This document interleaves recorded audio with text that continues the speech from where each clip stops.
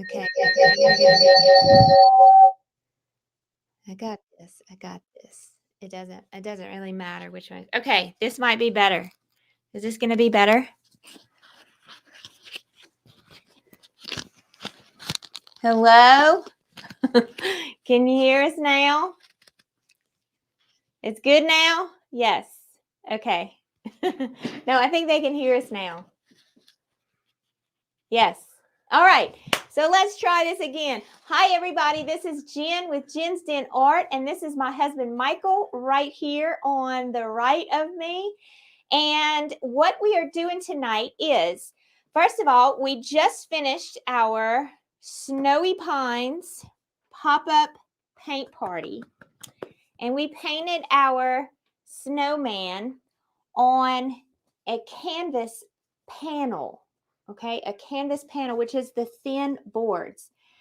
And if you are a painter and you love painting, what is your favorite surface to paint on? Well, mine is probably a canvas board. I really, really love painting on these. But I find that they are very difficult to frame unless, I mean, I guess you could buy a frame and put them in just like a wooden frame if you wanted to. But we like to make our own frames. And so what we wanted to do here tonight is we wanted to show you how to frame this canvas when it is a canvas board. We have all different types of framing methods that we use depending on whether you're using a thin canvas, a thick canvas, or the canvas board, or if you're using wood. Wood is another one. So tonight our focus is, yes, I love that you're showing that. Our focus is how we have decided to frame these because I've really kind of struggled with that.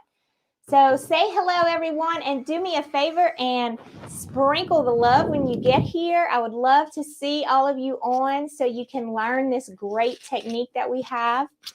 And I just want to show you, I paint on these all the time. I have tons of paintings. Oops, he's upside down. Here's another one that we painted.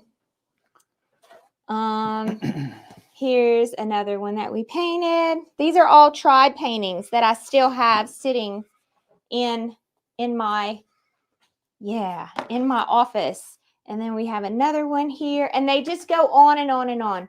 So what Michael and I did was we came out with a way to frame these that's super easy. And so what we're going to do tonight is I'm going to give Michael the floor. And he is going to talk to you for the next, I don't know, probably 15 minutes or so. Actually, hour and a half. No, not that long. No, it's going to be about 15 minutes. Okay, I see a question says, what brand board do you use? I use Blick. I use blick.com, which, you know what? I guess I should have put my affiliate link in the comments, and I can go ahead and find that in just a minute while Michael's talking to y'all. So I'm going to give Michael the floor, and I am going to be answering your questions and looking at your comments as we're going, and we will have some fun tonight to help you all learn how to frame these. Whoop, whoop. So, Michael, let me make the screen. There we go. I'm going to make the screen bigger. All right. All righty. Go ahead. So first and foremost, thank you all for being here tonight. Jen, how many people do we actually have on? Do you know? 61 so far. 61, so that's great. I'm going to make it a little bit higher. So just a little bit about me, since we have more than just individuals who have joined us to this wonderful pop-up paint party that only cost how much, Jen? $10. $10 for 4 days of painting and frame building, hubba, and then a lot of you joined the tribe, either in the mini tribe or the monthly tribe. So it was just a fantastic, wonderful experience, and we're so glad that we got to meet all of you. So first and foremost, let's talk about the size of the canvas board that we've painted on. So this is an 11 by 14. The general rule that Ginger and I like to follow is when we're making a frame, such as where the canvas board can fit flat on the frame built, when we're making a frame so that the canvas board can fit flat on the frame that has been built, we like to go the longer of the sides of the painting, so it's 11 by 14, the longer sides are 14. So the longer pieces of the frame are going to be 4 inches longer than that. And then the shorter sides of the frame, remember it's an 11 by 14, so it's 11. It's going to be 2 inches smaller than the 11. So this is actually a 9 by 18. And we think it presents a wonderful symmetrical appearance of the painting onto the frame. You don't have to follow those mathematical equations that I just gave you. You can definitely make your frame smaller, longer, whatnot, but we like the symmetrics of the frame with the picture on top of it. So I bought a 1x3. You can get them at your local hardware store. If you're in the southern part of the United States, it's going to be a pine, possibly. What we got was a fir piece of wood because we live in Montana, the beautiful state. The last best place in America is Montana. And so with that 1x3, which is actually, when you measure a 1x3, you're not actually getting a 1-inch board by 3 inches wide. So when measuring this, my board is actually 3/4 of an inch thick, and it is 2 3/4 of an inch wide. So that's actually the size board that I'm getting. So I cut my board to specs. Remember, 18 inches on the long piece, 9 inches on the short piece. And then I go to my local hardware store and I buy this wonderful thing called a Craig jig. And this is a Craig jig. You want me to put it down so they can Oh, see do you want it? me to put it down? Yeah, I can Yes. move the camera. There you Please go. do. So a Craig jig, you got it on there? Mm-hmm. Okay, so a Craig jig is this wonderful invention that has made novice woodworkers such as myself be able to produce woodworking masterpieces by drilling pocket holes, which is just a simple, or excuse me, a difficult way to say we want to hide the screws that we use so they're not visible in the furniture or the things that we build. Back in the day, before the invention of a Craig jig, a Craig jig, and there are other jigs other than the Craig jig, but back in the day, before the invention of the Craig jig, it was very difficult. You had to be a very well-versed woodworker to be able to drill pocket holes and have your wood stick together. But alas, we had the Craig jig, and I want to explain this to you. There are many models of a Craig jig. I have one of the older models, but the format of using a Craig jig is just the same. I would encourage you that if you're going to start doing pocket holes, or you like the way that we built this frame, that you go to your local hardware store and you buy a Craig jig or a jig that creates pocket holes. It doesn't have to be a Craig jig, and you learn how to use it. If you run into trouble after this video, just refer to the instruction manual. It's a little complicated, but it still is a good thing. So there's so many components to the Craig jig, and this is the one that I have. If you look here on the side, and I'm going to loosen it, and it gets stuck a little bit. If you loosen it on the side, you see that it has thickness of the board, right? So I just measured my board. Now remember, I bought it. It's a 1x3. However, when measuring it, just to show you, when measuring it, it's actually 3/4 of an inch. So I need to set the thickness of this portion of my Craig jig to 3/4 of an inch. And if you can see closely, you see that there's numbers on the side of this. You see the worst thickness of the board. So I'm going to unloosen this screw, and I'm going to move that down to 3/4 of an inch. And let's do that right now. And remember, this is the thickness of the board. And then I'm going to tighten that. And as you see, I've now got it to 3/4 of an inch. Now, Michael, why are you doing that? We'll answer that in just a second. Then the next part of my Craig jig is this little handle receiver that actually holds the board in place. Okay, this is very simple. You can figure this out very easily. It's got a nut so that when you push the plunger forward, and it secures the board. If you can't push it down because it's too close or it's not even reaching the board, you just undo this nut, and then you screw out your plunger, and then you're able to secure the board. So the board is now secure. The board is not going to fall out, and this is a wonderful thing. Now, real close, Jen, we need to show them these numbers here. So these numbers depict how long you need your drill bit that comes with the Craig Jig set that you buy. And the drill bit, which I have in my Amazon store, by the way. Very good. I put in my Amazon store, and I just put the link down there. In my Amazon store, there is, or in my Amazon shop, there's a link to a Craig Jig set right in there. Yeah. Now, the drill bit that comes with the Craig Jig, if you buy the right combination of equipment, because you can go to, and I'm just going to throw out Lowe's out there since they're not paying me, I'm going to give them kudos. Lowe's has a complete section of Craig Jig components that you can buy. You can buy just the bit. You can buy just the jig itself. They have a jig 2, a jig 3. They have so many different variations of the Craig Jig to do certain things. So here's the drill bit. The drill bit, now remember, my board is 3/4 of an inch.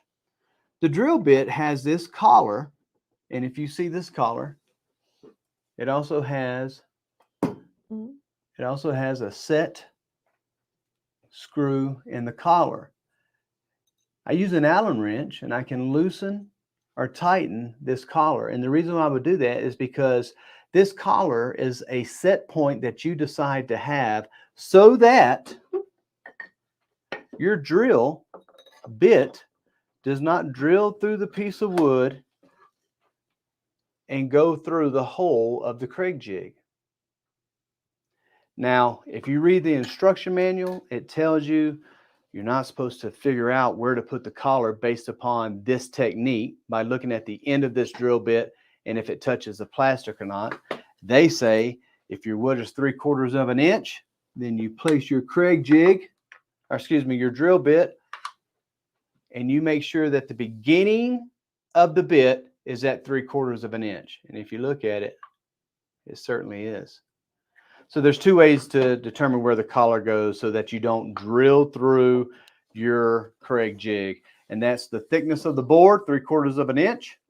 I'm confused, but I got you. I'm glad you explained it. So the easy way is if the board is 3/4 of an inch, make sure when you put this bit on the Craig Jig, this portion of the Craig Jig bit is at 3/4 of an inch. Or the easy way is stick your bit in the pocket hole, and if it touches a plastic, then unloosen your collar and move your bit up a little bit so it doesn't touch the plastic, and then you're good to go. Okay. Got it? Mm-hmm. Now, you may say, well, Michael, what are your holes in your Craig Jig for? Why are there holes there? Don't worry about that. Maybe someone accidentally drilled through the Craig Jig. No, actually, it came like that so that you would not drill through. You would actually hit the hole. So, all right. So we've talked about the thickness of the board and setting it up, right, so that you can place your board to be drilled into. We talked about adjusting the plunger so that you can just hold the board. We also talked about adjusting the collar of the Craig Jig drill. Say it 3 times real fast while holding your tongue. Everybody said they're confused, but okay, we got you. Well, you know, listen to this over and over again. That's what I did when I first purchased this. I watched YouTube videos, I read the instruction manual, and I listened to the guy over and over again. I even had my phone with me out in the woodworking shop. Yeah. So this isn't something that you look at one time and say, oh, great, I got it, and I'm going to go out and do it all by myself. It's just like when you're going to school. You have to do research, and sometimes you have to have your book with you to figure out what to do. But once you learn how to use a pocket hole jig, you're going to make frames that look exactly like this. So I just need to tell you. And it looks wonderful. Facebook user says, I'm not confused yet. April says she's not confused. Nona says, I think I'm hearing a foreign language. Another Facebook user said, I'd rather deal with a fishing jig, LOL. I feel you. So yes, it is a very, very neat tool. Very neat tool. So the concept is that we're hiding our screw when we put our frame together. Now, there's one thing that I want to tell you that I don't have. But if you look at the back of this frame that we built for the snowman, you see where we had the pocket holes, right? Mm-hmm. Well, Lowe's sells pocket hole fillers. It's a piece of wood, It's a piece of wood that will actually fit in the back of that hole and hide that hole. But that's cosmetic, and that's the back of a picture frame. Yeah. If someone comes into your house and takes your picture frame off the wall and looks at the back and goes, oh, you didn't fill the hole, then ask them to have coffee outside. So that's all I'll say. Okay. Yeah. So you don't need to, but there's so many different things that you can do. All right. So many people use the Craig jigs to make like furniture, like whole furniture. And so if you're attaching like sides like that where it really matters, if you don't want that hole there, then you can fill it up. But we're not worried about that. Okay, so. Jen, get ready to adjust your camera. I want to show them the frame real quick. What do you want me to do? I want you to picture on this. Okay. Okay. Mm-hmm. So you see I've already developed pocket holes. The pocket hole is just an opening for me to use a Craig jig screw to screw into the pocket hole, go through the piece of wood, and to connect to the other piece of wood. And we'll do it like this. And then the screw is hidden. And I'm about to show you how to do that. Once again, Craig jig screws, found at Lowe's right there in the Craig jig section. I'll be using a Craig jig bit. I don't need that, thank you. A Craig jig bit. That bit fits right into the hole of that screw. All of that is found in the same place. But first, what I have to do is I got to drill holes into this piece of board. Now, I've already done it, but I'm going to show you how to do it. So he just drilled the holes in the two smaller pieces. There's no drilling on the two longer pieces. It's just the two smaller pieces, right? That is correct. Okay. And since you brought that up, I just want to point out one thing. Guys, if I was going to drill a screw into the grain of wood going this way or this way like I did, I'm not getting as tight of a grip on this screw than I normally would. The most proper way is to drill cross section into wood. That really secures the wood, but that is a totally different class. Yeah, that's like, you're really going to be confused. Jen, that's you like control the camera. That's like graduate level. It's not graduate level at all. Craig Jig has a jig that can do that. All we want to do is make a frame. However, man, do I talk this much when you're on? Yes. I don't like this. However, because you're just going to be hanging the frame on the wall with your painting, you can go with the groove from the shorter piece and have it protrude into your longer board, and it's going to hold just fine. Okay, so show us how to do it. Oh, all right. We're going too long? Am I talking too much? No, I just want to see how you do it. I'm interested because I've never watched you do this before. All right, so let's pretend, right? I'm going to put my Craig jig bit into my drill, and I'm tightening her down. All right, make sure it works. Yep. Then I'm going to get the board that does not have pocket holes. You don't see that. Yeah, pretend that's not there. And I'm going to place it against the Craig jig. Now look, you see I got 3 pocket holes on my Craig jig. If you're drilling into a wide piece of board and you really need to secure it, you may want to fasten or drill holes in each of these, into the wood using these holes so it holds it really well. But I'm only going to drill 1 hole because this is such a small piece of wood and you're attaching it to another small piece of wood. You only need 1 screw per wood per side. Okay.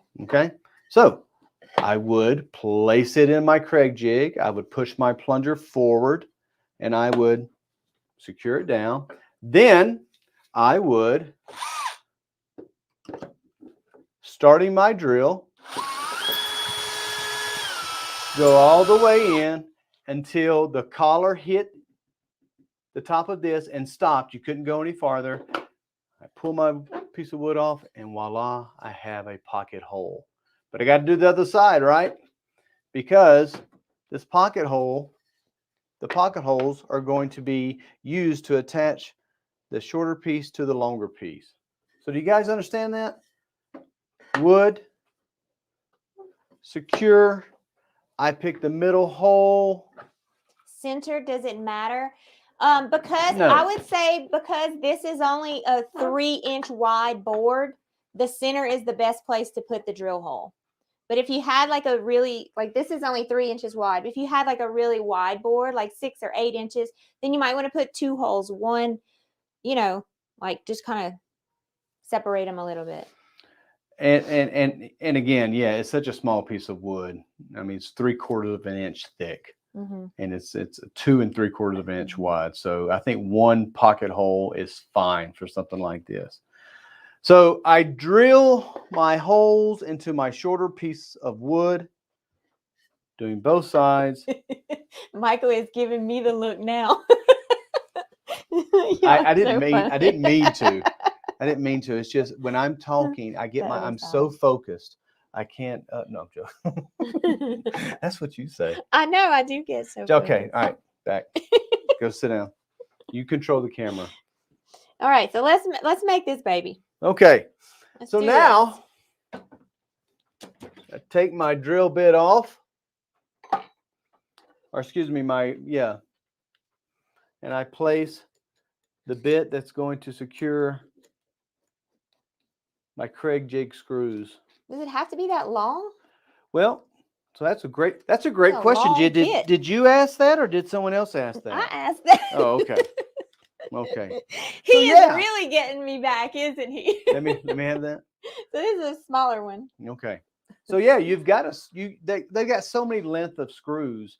What I found is when I'm trying to put the screw into this piece of wood at this small piece board that I have, I don't like the angle that's created when I use this small bit. I like the angle that's created when I use the longer bit. Oh, okay. Yeah. So okay. It fits so much easier. Yes, it allows me to lay down more and whatnot. Yeah. Now, I just want to point out, Jen, put the camera on my face. Good job, Jen.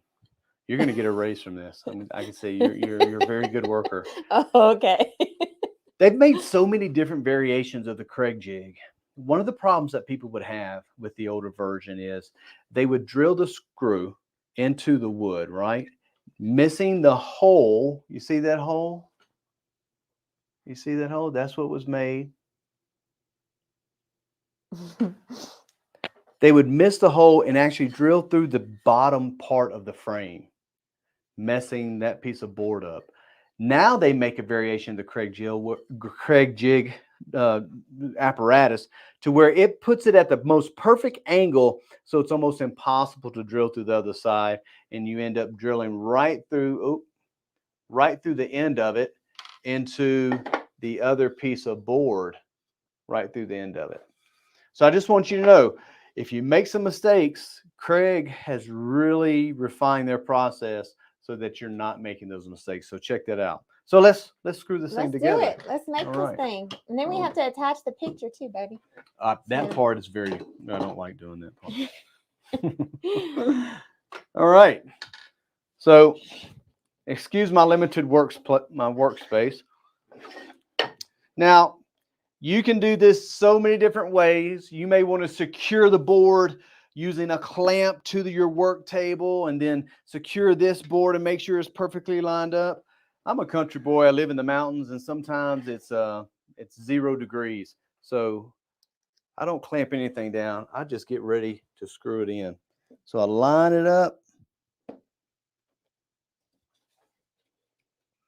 I make sure that my ends are flush. You guys know this, right? Yeah, they got this. All right. I'm trying so that you can see. Can you see? Mm-hmm.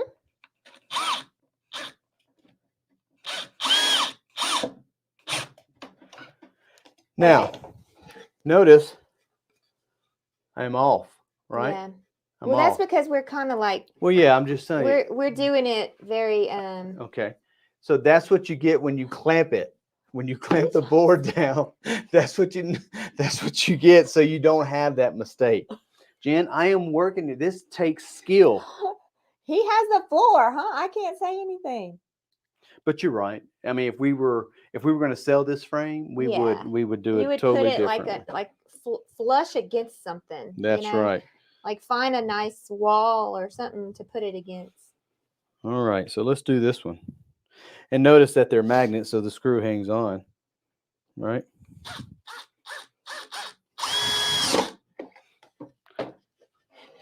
All right. Also, this board was the reason why we never used this frame is because these boards are a little warped, and that's what you're going to get when you go to Lowe's or Home Depot. You're not going to get boards that are as straight as possible. Take your time, move boards out of the way. I know that seems like a hassle, but the straighter boards you can get, the happier you will be when you're building your own frame. Yeah, and something else. So we don't have internet out in our shop where we do most of our woodworking, and it's 17 degrees tonight and it's snowing, so we didn't want to go out there. So we brought everything inside here in my paint shop, and so we're just kind of using what we have in the shop right now, and so we don't really have the best setup. So okay, you ready? Yeah. All right.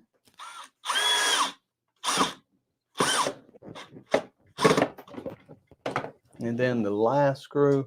And by the way, I'm using 1 1/4 inch Craig screws. Show it right here. There you go. Could you have used 1 inch? Yeah, you could have, but it didn't take a rocket scientist to realize that if my board is 3/4 of an inch long, right, and I'm starting from here, I want a little more bite than just an inch screw. So I need that 1/4 inch just to make sure that I get in there pretty good. All right, we're almost done. Last one. Do I get a raise or anything for this? Yes, absolutely. Now, look at that. Ta-da! Voila. Voila. But we're not done. Okay, so now we have to choose a picture, a painting. Which one do y'all want us to attach to this frame? Which one do you think is going to look good? So tell us. This is the cardinal. This is the chickadee. This is the horse. This is the, what do you call it? Cedar wax wing. Cedar wax wing. Can you grab it? Oh, yes. This is the robin. And this is, oh, I have one more. This is the chicken, the rooster, the rooster, sorry. And this is a, just like a landscape, a night sky landscape with the ducks flying. So tell us which one you want us to actually finish the whole process. So which one do y'all want us to frame? So I'm putting it on there. But, do you use wood glue on the seams? So that's a great question. You can use. Okay, Jen. Okay. You can use wood glue. Should you use wood glue? Yes, you can. For this purpose, we decided not to. There's a lot of woodworkers out there that will use nothing but wood glue. Wood glue now will cure in about 8 to 12 hours to about 75% strength, and in 24 hours it will cure 100%. They will leave it even longer. The only bad thing is that if you're doing any movement around, it's going to come apart. If you subject it to any extreme temperatures, cold or heat, it's going to fall apart. I love the pocket screws because it allows you to invent something a little bit stronger than just using wood glue. So here's something that coming from the designer perspective, okay, having absolutely nothing to do with the wood, actually nothing to do with the framing to create the frame. But you see how much we didn't stain the inside. Oh no, we don't have to. That's true. Okay. You see how much stripes, how many, what's the word I'm looking for? It's just a very stripy, grained piece of wood. That's another reason why we didn't use it. Yeah, so it's gonna take away a little bit of the the focus off of the painting because this wood is so stripy. So this is not my favorite grain of wood to use. I would find some wood that does not have such a stripy grain because you see how it's kind of, I just don't like the rooster on it because of all the stripes. But maybe that's just not me. Maybe that's just me. If you put the robin looks pretty good because the background of the robin is more like flowery. You see how it makes a little difference because of the design. So the horse to me would probably look super good because of the flatter, plainer pattern around the outside of the horse. It actually goes better with that frame, I think. Yeah, I think the horse is gonna win, y'all. What do y'all think when you look at that because of the design? So we're gonna go ahead. Don't you agree? Yeah. These are a little bit too. Now this one would probably look good too because it's kind of plain. See, that one would look really good too because it's got like a really smooth background up here. But I think the horse is gonna win. Okay, so the horse is gonna win. So we are gonna attach the horse on top of this. Let me tell them something real quick. I'm done. Okay, so is that camera on me or okay? It's okay. On that. So guys, just to let you know something, I'm a novice woodworker. Yep, I've built dining room tables, furniture, stuff of that nature, but I still consider myself a novice. I want to tell you one of the benefits that we try to teach our tribe members. Go the extra step, build a frame, be it like this or be it 45-degree angles on the corners, build a frame, put yourself out there in marketplaces like Jen teaches. She has a video that teaches you how to do that. Put it on Etsy, put it on the social media network, and you can pay for your membership. I know we've got a lot of members who do that. That is an awesome thing. Some of you aren't interested in that. You're just painting for yourself, which is an awesome thing. But you're going to see that the more you paint, the better you're going to become, and the more attention you're going to get from friends and family who want a piece of your heritage. And so we just want to throw that out there. Okay. So this is one that we painted in the tribe. Let me see. I'm trying to figure out where the camera is. There you go. Thank you. So this is one that we painted in the tribe, and I liked it so much that I have it hanging in my house.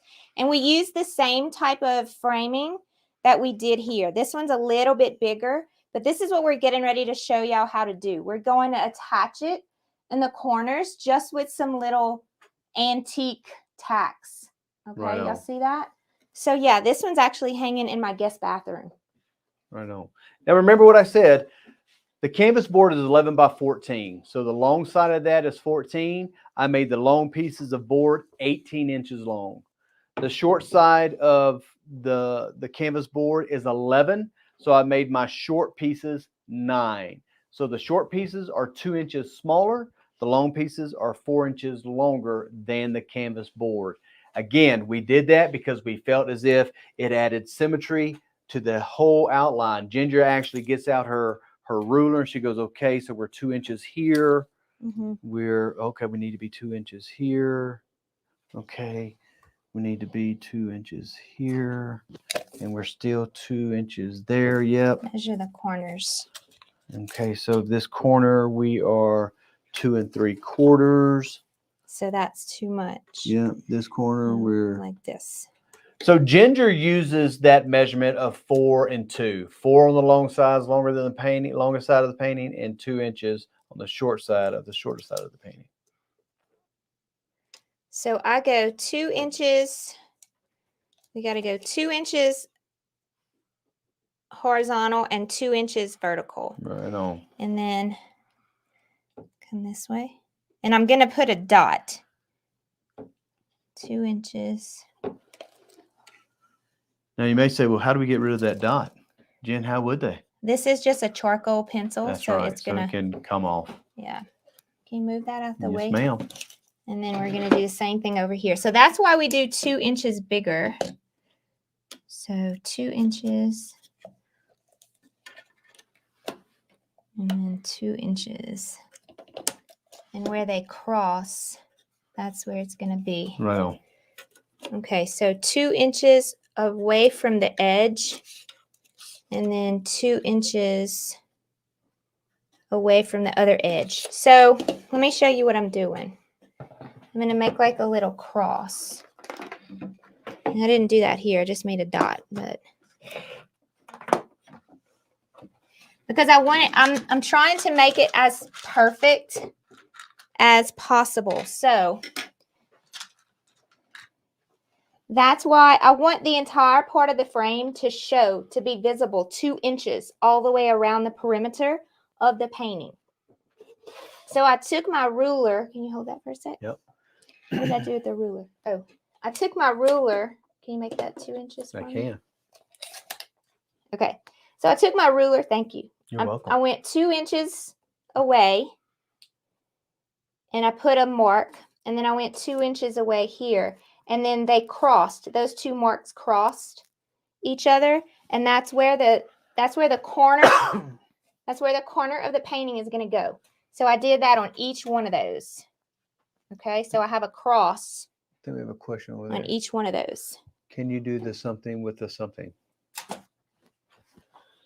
Can you do this with a regular canvas? I would think you do, but you're going to have to use longer tacks than what we're using to attach the canvas board to the actual wood. So that's what we're going to do right now. But now just listen, if you did use a regular canvas that had some thickness to it, then you can do a different design. You can actually make your framing longer and wider so that the canvas sits inside of the frame.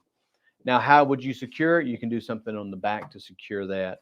I've actually done that, and so it looks pretty good. I haven't shown Ginger. I was just messing around. Okay, actually, I didn't understand what she wanted, and I thought she wanted me to fit the canvas in here. So, but anyway, it worked out nice. So yes, you could, but I don't think it looks as good. No, but you could set it inside of the frame. Yeah. Yeah. But if you put it on top of the frame like that, oops, y'all can't see that. See, this is a regular canvas. And to me, it doesn't look as good. You see how high up it is? So what we do for our regular canvases is we actually frame around the perimeter of the canvas. Like actually attach it to the canvas. So canvas boards are different. That's why I was looking for something easier for Michael to do to frame these, because it's almost like a flat surface. And these are a lot harder to frame unless you just go to the store or you go to like an antique store, which I do often. And I just buy some old wood frames and I stick my canvas boards in those too. So Jen, you want to line that up? Yep.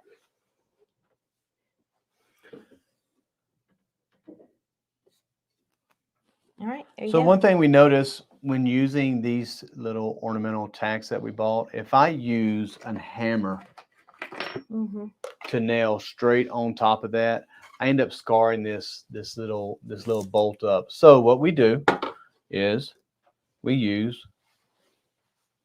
a piece of kind of rag. Yeah, cloth. And so this is the hard part. What I like to do is I immediately get it and I press into the canvas board. It'll hold.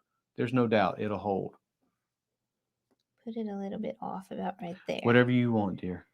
Okay, so you need to press it because I'm not strong enough. No, okay, maybe I got it. Yeah, you got it. All right, let off that for a sec. Very good. And then very lightly. I think it fell already. Yes, it did. So this is the hard part, to get the tacks in.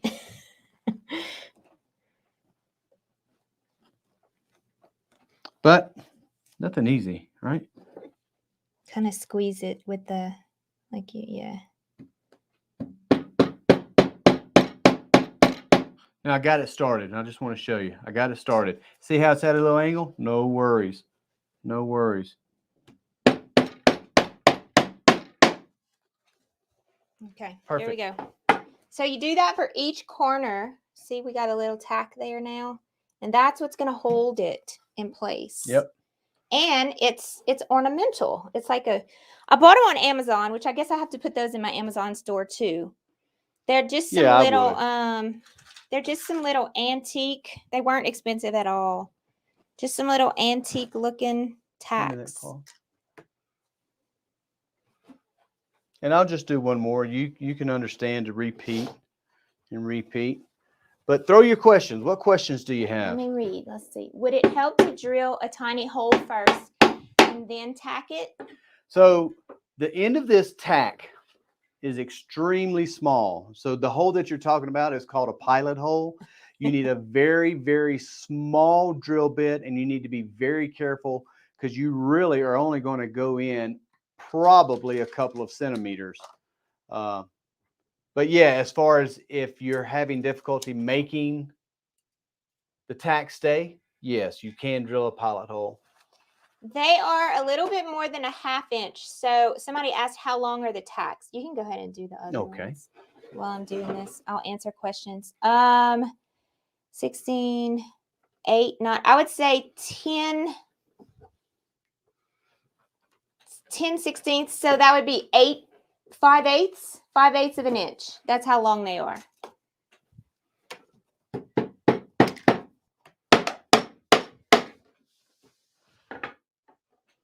Yeah, so the tacks are 5/8 inch.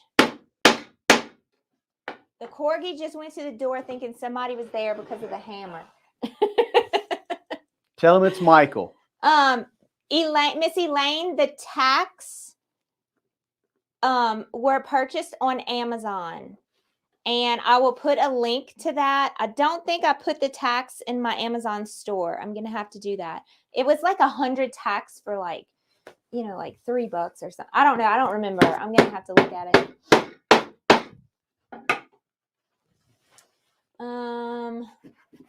This looks great. And I'm making my husband watch this too. Hi, Connie's husband. Hey, Connie's husband. Do you use glue? So I wonder the same thing. Like, should I use glue? We have not used glue so far. Not with this frame, but we have with other frames. Yeah, I have not had any problems at all, but we have not used glue.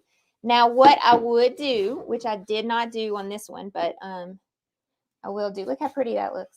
Yep. See how I didn't finish the edges perfectly? See that? That's just me not finishing my painting all the way. But I would recommend you paint all the way around. And guys, and when I say guys, you know who I mean.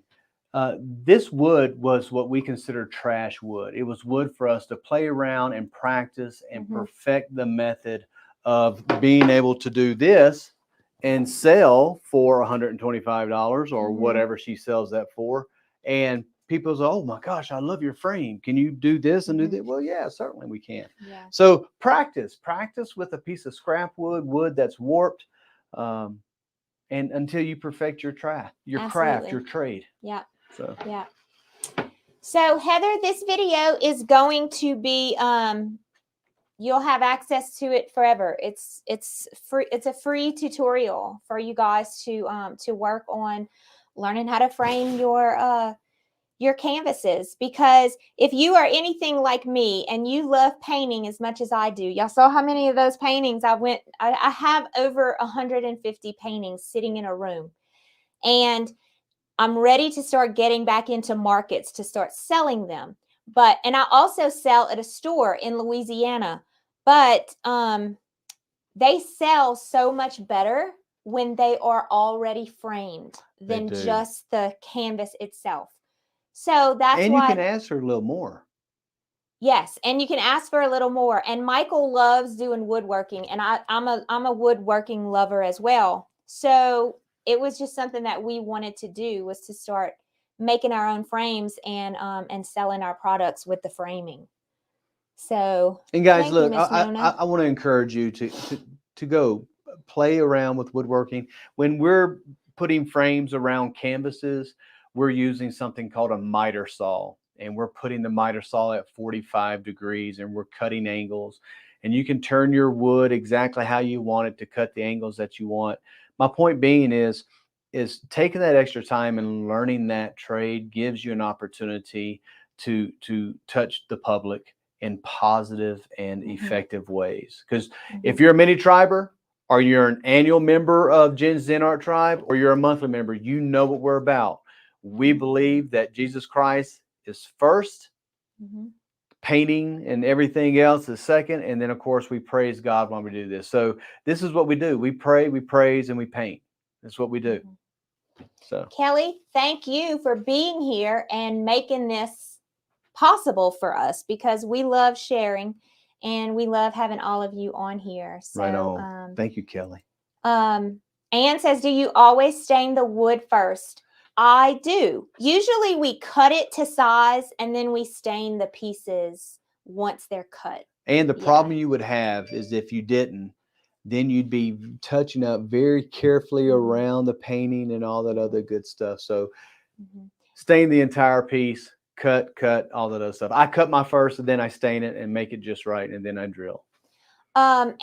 And you can paint them black or white. I think that would look super. If you painted them black, that would look really good. It would almost look like a matting around your painting. So yeah, you could paint it instead of staining it. You could paint it, or you could distress it. You know, you could paint it white and do it like a distressed look. That would look good as well. Right on. Robert says, thank you for the good information. I think I may join the free group for a while. Okay, so I'm glad you said that about the group. Is that Robert or is that Nancy? That's Nancy. I think it's Nancy. Yeah. Yes. Limit time is I want to spend money. All right. Okay. So we have a special going on right now. And it ends tonight at midnight. So as soon as you sign up, you are not charged for the first 7 days of your subscription. You have a free trial and you get to come in and see what Jen's Den Art Mini Tribe or Tribe is all about. And you can cancel. All you have to do is you have manual access to click that cancel button and you will not be charged a penny. And you have an entire week to play around with all of the over 135 tutorials that we have in the Tribe library. So I have 2 subscriptions. I have a $35 a month subscription, which is my VIP group, and that is 1 painting per week. We go live and we paint once a week. It's a 2-session painting. It takes anywhere from 1 hour to 3 hours, depending on the painting. So my paintings are a little more adult style, as you can tell by the ones that we looked at today. So it takes us sometimes 2 to 3 hours to get through a painting, even though it's just painted on an 11 by 14 or a 16 by 20. Most of our paintings are painted anywhere, usually about 11 by 14 is what we paint on. And then I also have a mini Tribe subscription that's $17 a month, and you paint with us 1 painting a month instead of 1 painting a week. It's 1 painting a month. So yeah. And the mini Tribe only has 12 painting tutorials in their Tribe library. The Tribe has everything in there. How many is everything, Ginger? Oh gosh. All the pop-up paint parties and all of the weekly tutorials that we've been doing since February 2020. And sometimes we would do more than 1 a week. It's over 130 painting tutorials that you have access to when you become a monthly or annual member to have for as long as you're a member. It's unbelievable. And look, that tells, listen, okay. So that inspires me to say something else. Listen, if you even think about joining the free group, mini Tribe, whatever, pop-up paint party, we are not about drama. We are about loving on one another. We're about spreading peace and faith and hope in Jesus Christ. That's what we're about. That may not be for you. Fine. You don't have to join. It may be for you. And know that whether you join or not, once we get a hold of your name, we are praying for you every single night. We have been commissioned to do that. And I don't mean commissioned as being paid to do it. We are being given the desire to paint and to speak boldly and freely about God and to not be ashamed of our witness. Ginger is a wonderful teacher, a teacher of 25 years in the public school system. And now she does this. And she's a wonderful teacher. I'm a mental health counselor. I try not to do any mental health therapy. All I try to do is pray with you guys. And before we end tonight, if you allow me, I'd like to pray for all of you. Can I answer a few more questions before? Miss, I'm not sure. Please, I'm sorry if I pronounce it wrong, but it's either Jean or Jean McCumber. I have 3 different levels of paintings, a level 1, a level 2, and a level 3. And most of the paintings are level 2s, and I would consider the snowman a level 2 as well. Yes. So my level 1s, and I actually have them like categorized like that, and I actually have them categorized in all different kind of ways. So if you're looking for holidays, you can find just holidays. If you're looking for just florals, you can find just florals and all of that good stuff. But yeah, we have level 1 paintings, level 2 paintings, and level 3 paintings. And most of the paintings are level 2 paintings, which are very similar to the snowman painting. Yes. You will not regret joining. And like I said, just spend 7 days with us. Spend 7 days with us. We're going to be going live again in the tribe. When do we go live again? We go live. This is the last month we're going live on Sunday night. In 2020, we're going to be going live every Monday night and Tuesday. Every Monday night and Tuesday. But this month, this is the last month we're doing this, we go live every Sunday night and Monday in the tribe, in the private Facebook group. We go live. In the mini tribe, we go live the first, well, it's going to start being the first Monday and Tuesday of every month. And in the tribe, we go live every week, every Monday and Tuesday of every week. So that's the difference. One is a month, and one is once a month, and the other one is once a week. Okay. But the once a week one is kind of like, we consider it a VIP. That's our VIP. We do a lot of other stuff in there as well, more than just painting once, painting one painting. So right now there's about 90 people in the mini tribe, and there's about 350 people in the tribe. That's where I'm at, because I started the mini tribe after I started the tribe. So I got you, Michael. So yeah. Yes, we do have some prayer requests tonight. Someone's husband has been exposed to COVID. He is 77. Yep. Are you reading that? Yep. Someone else just lost a dear friend of 50 years to an unexpected death. They think it was a blood clot. Prayers for my little sis. She has several ruptured discs, and they are pressing on her spinal cord. I got that. Yes, Miss Jenny. Very good people in this group. And if they weren't good people in this group, they wouldn't be in this group. Right on. So yes. Absolutely. So okay, so we're gonna pray now. Are you ready? Yeah, I am. So please allow me to pray for all of you tonight, okay? Oh, Father God, you know what is on our hearts. You know what we struggle with. You know our doubts, and you know our fears. But God, you have given us not a spirit of fear, not a spirit of doubt. You have told us, God, that if we will lean upon you, you will guide us and direct us and not let us dash our foot against a stone. So, God, we ask that you continue to watch over all of our tribe sisters and brothers, the mini tribers, the pop-up paint party, everyone that is associated with Jen's Den Art Tribe. God, we ask that you wrap your arms around them and guide them and protect them and give them the strength and boldness to proclaim who you are. We thank you, Father, for the blessings of life. We thank you for the people that spoke out about the pains and ailments that they are suffering or their families suffering with. And God, we lift them up to you now. For it is in Jesus Christ's name that we pray. Amen. Amen. Thank you, Michael. Yeah, right on. Thank you, Brother Michael. Right on. All right, guys, we're going to call it a night, and we love you all, and we thank you so much for being here, and we will see you next time. Make sure have a great weekend. You follow Jen's Den Art Facebook page, because you will get notified when I go live, and I go live once a week to the public, and we do it's called New Technique Wednesday. So we do something fun every week. So y'all come on and join us. All right, guys. Love you all. Bye. Bye.